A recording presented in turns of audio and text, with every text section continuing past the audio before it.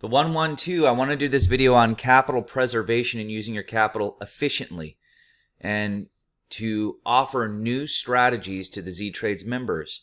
And why everyone does this on futures, I don't want to open myself up for a $1 million loss or $50,000 on MES, right? Before I get into this, come over to the ZTRADEZ.net, check out our terms and conditions page. Agree to our disclaimer and our terms and conditions. If you don't watch this video. Don't join the Discord. If you do, join the Discord right here. It is completely free to join. The second you join, you're on a free trial. You can see pretty much everything. So let's go ahead and get into this. I wanted to pull up the 112. What is it? Now, a lot of the videos that you see all over YouTube, are doing them on futures. So you can make money when the market goes up, when it runs flat, or even when it goes down, as long as it doesn't go past this strike. What would happen if that happened to me? I would sell this debit spread, which is profitable, and I would roll these or just get assigned. I'm okay with being assigned tomorrow. So it's a win-win no matter what happens. I'd love to buy it at 12.5.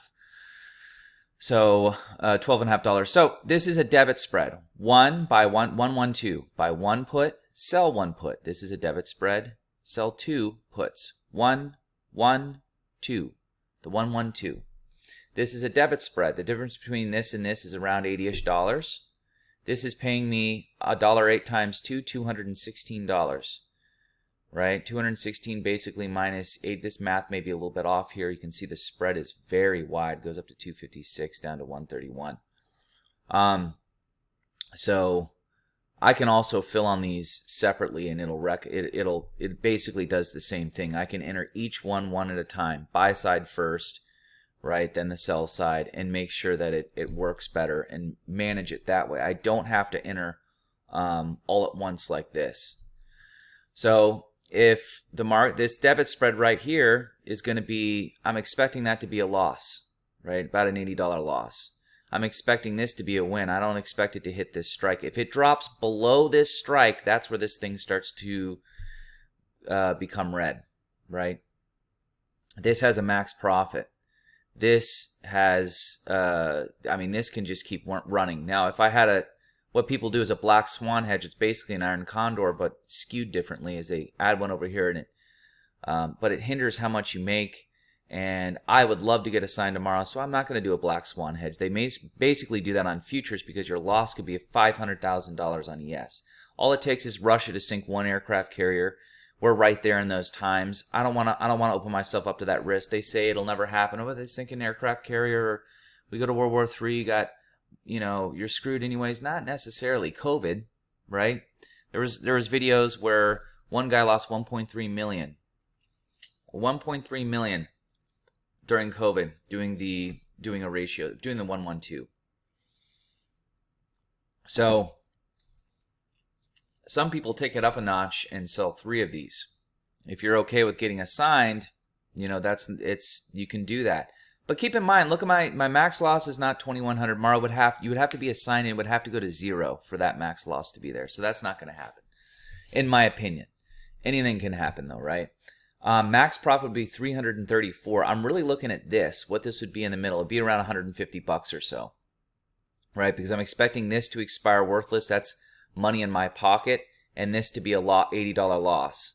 This profit, $216 minus 80 would be my profit, and I'm eating up $800, right? I can tick this up a notch and go closer to the money and bring this in more and get a lot more capital, whole lot more. I'm getting a lot here. 100, basically that's what, 300 and it depends on where you're filling, because again, like I said, the spread is kind of wide here. So we're going to say around 350, right? 350 bucks on 1,400 is not bad. That's a pretty good return. So if Mara goes up, this makes money and it eats up this loss of this debit spread. If the market goes down, this debit spread makes money, right? So I'm hedged in a sense. As long as it doesn't go past 15, or if it runs flat, I make money. So I make money in 3 ways: up, flat, or down. And if it falls, again, like I said, if it falls in between here, I can close this debit spread out in profit and maybe roll this forward. This may go to 0, right? If we're around expiration, these 15s, 2-3 weeks out, these are going to be 0. I can buy them back for nothing, and I have basically a free profitable debit spread if it's over in this range. Max profit's almost $500 here, which is not bad. So I could even bring it up more, but we don't want to be too close to the money here. I'm going to bring this down a bit, like right over in here. $300 on basically 1,200 is not bad. Let's find out what the return on that is, right? So the math is slightly off here, but it's close enough.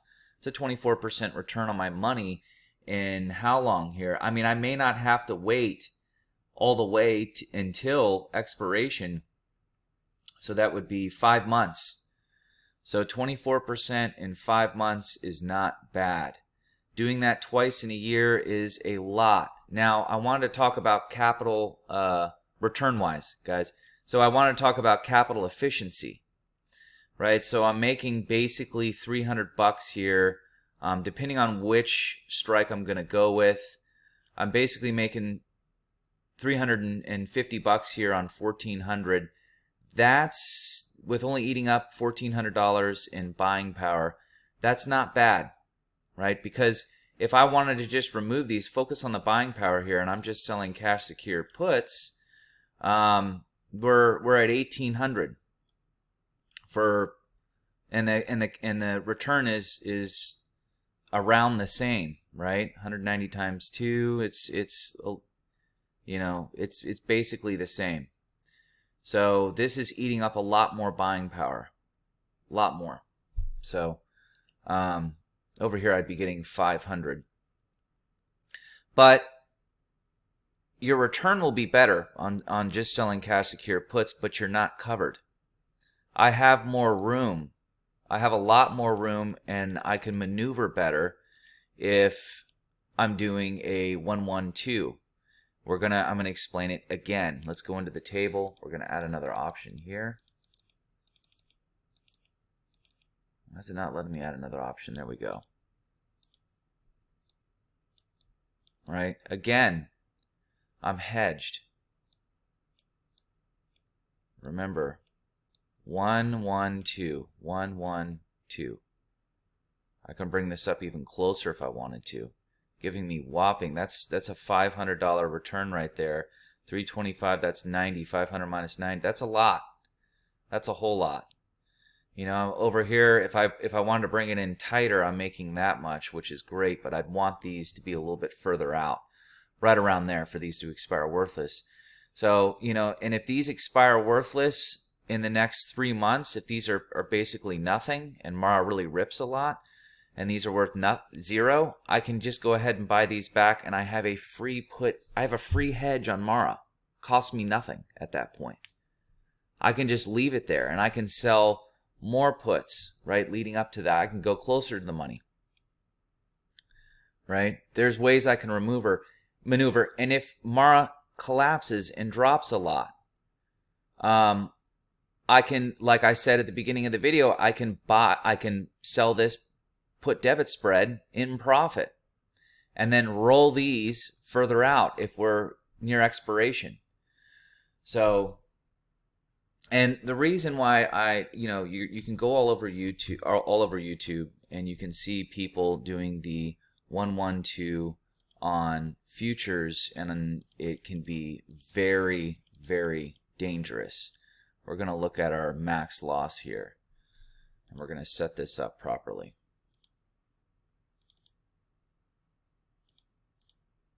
Okay.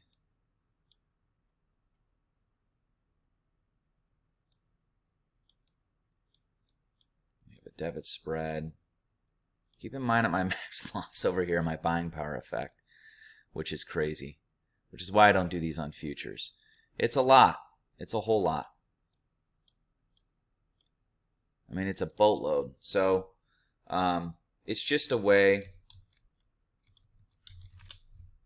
for me to preserve capital and use my capital efficiently, and also have more flexibility. Now your returns, they're going to end up being around the same, but if you're just selling a naked cash secured put, I'm going to do a separate video, by the way, on the 112 on futures and my thoughts on that. But if you're just selling naked puts, you're opening yourself up to a lot of downside, and maybe you don't want to get assigned ever on the security that you're selling puts on. Well, that's where the 112 can come in, to hedge you in a sense, so that you can roll it and you can have that ability to roll it, right? At least if I'm in a 112 and it drops, I've made something on this debit spread over here versus just being in naked, right? Maybe it's kind of high and you're not sure, but then you're thinking it's going to go higher, right? That would be a perfect time to add the 112. If it's low, you know, Mara had a big dip, that's where I can sell naked. And but if you're unsure and it's looking like it's going to be volatile, but you want to get in, that is a time that I'd be using the 112 on equities, right? To hedge myself in a sense in case it does drop if I'm not sure. So again, capital efficiency, buying power, using my buying power effectively, being able to maneuver, and being hedged, and having the flexibility to roll. That's why I would use this, right?